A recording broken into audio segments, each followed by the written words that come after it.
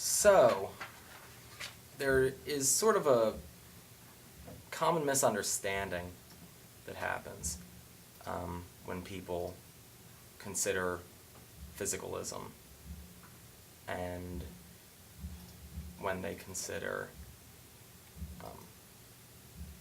mind-body dualism. Oftentimes, people misunderstand physicalism as if it were to imply that there's no value beyond physical matter. But physicalism and materialism, which is that concept, are not totally the same thing. Dalcroze actually writes that experience has shown that the training of these two agents, the ear as regarding sound and the whole nervous system as regarding rhythm, cannot easily be carried out simultaneously. A child finds it difficult to appreciate at the same time a succession of notes forming a melody and the rhythm which animates them. So what this means is that there's simply multiple ways that we have to go about educating ourselves. So I titled this slide, why do your rhythmic exercises stress the connection between mind and body? It may be tempting to think that this means Dalcroze is of the mind-body dualist camp. But the mind-body dualist camp isn't saying that the mind and the body are of the same thing. The mind and the body, in the dualist way of thinking, are different. They're actually not linked. But Dalcroze's method is based on the idea that they are linked and that we should actually educate our students by using the way that the body and the mind are linked. He feels that this is a much more effective way of teaching. In his time, he believed that the musical technique had been developed to the point of taking no account of mental expression. Instead, he believed that more time was spent on developing a kind of finger technique that was devoid of expression and left the student with no other sensibility than that of the fingers and no other motor faculty than an automatism painfully acquired, as he describes it. In other words, music was being treated like a craft rather than an art. In a sense, the technique is, in this case, no longer a means but an end. Dalcroze took issue with this way of instruction. One could say that music was being understood as an object, but not as a utility. Dalcroze thought that more could be done for the students. And the reason why is because the way he perceives it, the mind and the body are separate but equal.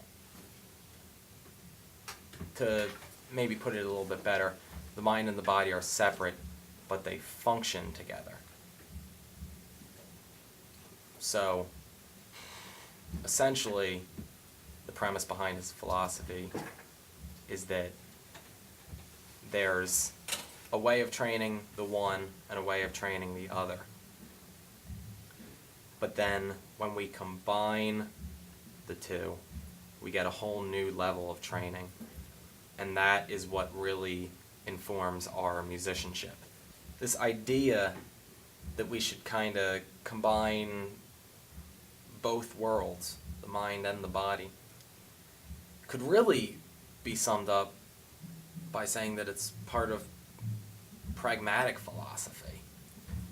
Pragmatism is a philosophical movement that includes those who claim that an ideology or proposition is true if it works satisfactorily, that the meaning of a proposition is to be found in the practical consequences of accepting it, and that unpractical ideas are to be rejected.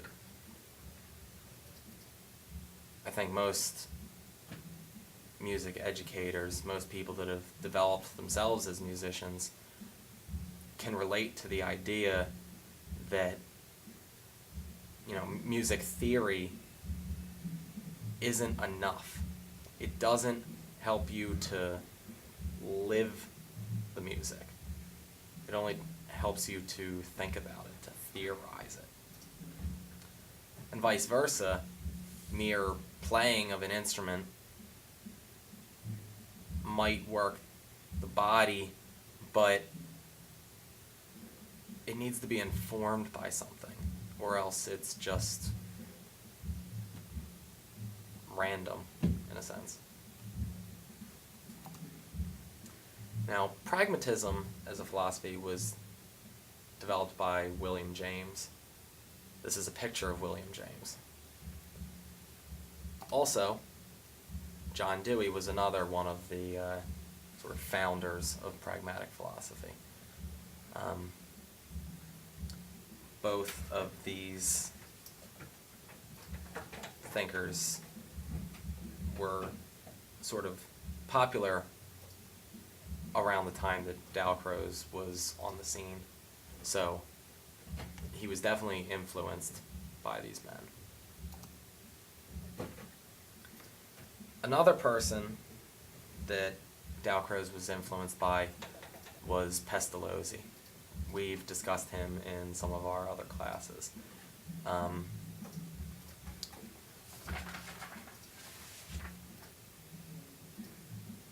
Pestalozzi, Michael Mark says that advocating educational reform that would permit pupils to relate life activities to education, thus making education more pragmatic. That's basically the idea behind Pestalozzian pragmatism.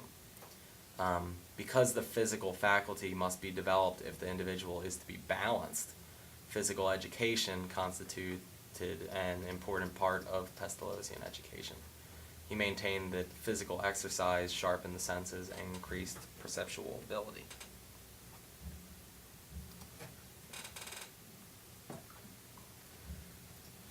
Furthermore, the Pestalozzian principle that Dalcroze's work relates to was dependent on the idea that the first source of truth is in nature. What this means is that people learn through their senses. That's the means by which the intellect develops.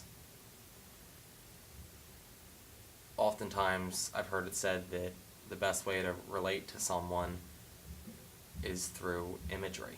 That's one of the best ways to teach people, because what that does is it connects an intellectual concept with an image, a sense.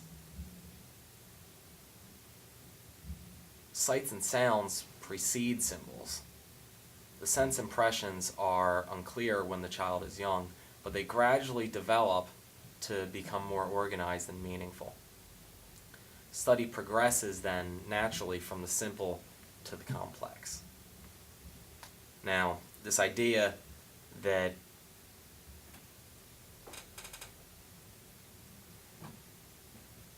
everything is learned this way could really be tied to the philosophy of Rousseau. Rousseau is the man that said that man is better in nature.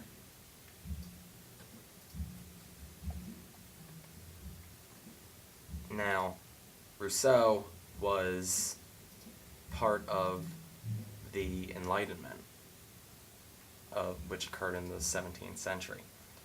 And really, Rousseau could be said to be more of an influence on Pestalozzi, perhaps, than he was on Dalcroze. However, because Dalcroze was influenced by Pestalozzi, therefore they're tied together. It's a chain of influence.